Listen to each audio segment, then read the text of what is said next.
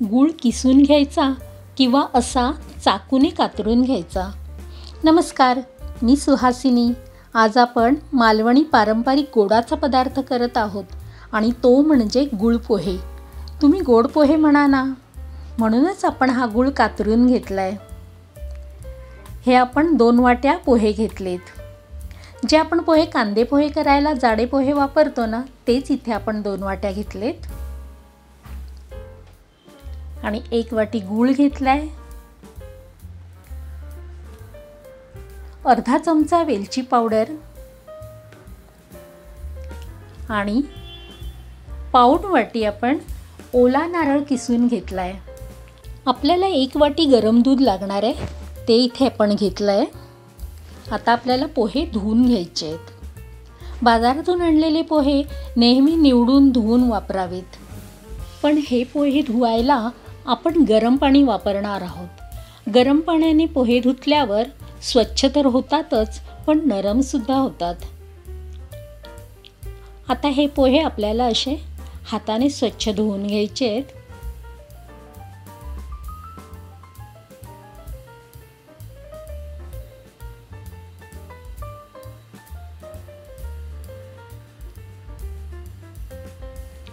आता हे पाणी काढून टाकायचं, पोहे पिळून घ्यायचे आहेत,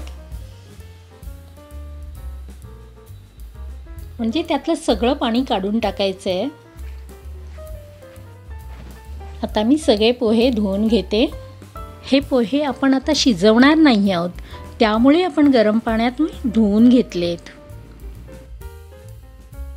आता यात आपल्याला गूळ टाकायचं आहे, पण आपलं दूध थोडंसं थंड आहे, मी गरम करायला ठेवते। आता या पोह्यामध्ये आपण हा बारीक केलेला गूळ टाकून घेऊया। आता आपल्याला किसलेलं खोबरं टाकायचं आहे। खोबरं आपण फक्त वरवरचा सफेद भागच किसून घ्यायचा आहे। खोबरं टाकलं की मग नंतर वेलची पावडर। आता आपण यात चवीसाठी चिमूटभर मीठ टाकणार आहोत। आमच्याकडे कोकणात गोडाचा पदार्थ करताना मिठाचा एक खडा आवर्जून टाकला जातो। आता हे गूळ पोहे मिक्स करायचे आणि ह्यात मी आता 1 वाटी गरम दूध टाकणार आहे।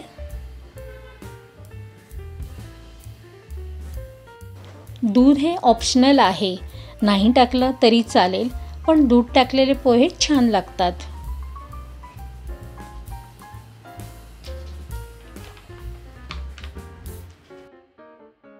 आता ह्या पोह्यांमध्ये वरून आपण 1 चमचा साजूक तूप टाकूया।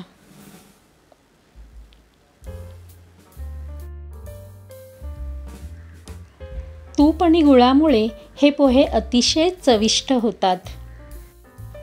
कोकणात घरोघरी दिवाळीपर्यंत नवीन भाताचे पोहे काढले जातात। त्यामुळे नरक चतुर्दशीच्या दिवशी म्हणजे दिवाळीच्या पहिल्या दिवशी हे गूळ पोहे देवाला नैवेद्य म्हणून दाखवले जातात। हे पोहे चविष्ट तर असतातच, पण पौष्टिक पण असतात। पोटभरीचा नाश्ता म्हणून हे पोहे करता येतात। कोणीही सहज करू शकेल इतका सोपा आणि झटपट होणारा हा पदार्थ पारंपरिक आहे। त्यामुळे तुम्हीही करून पहा। आवडल्यास लाईक, शेअर आणि सबस्क्राईब करा।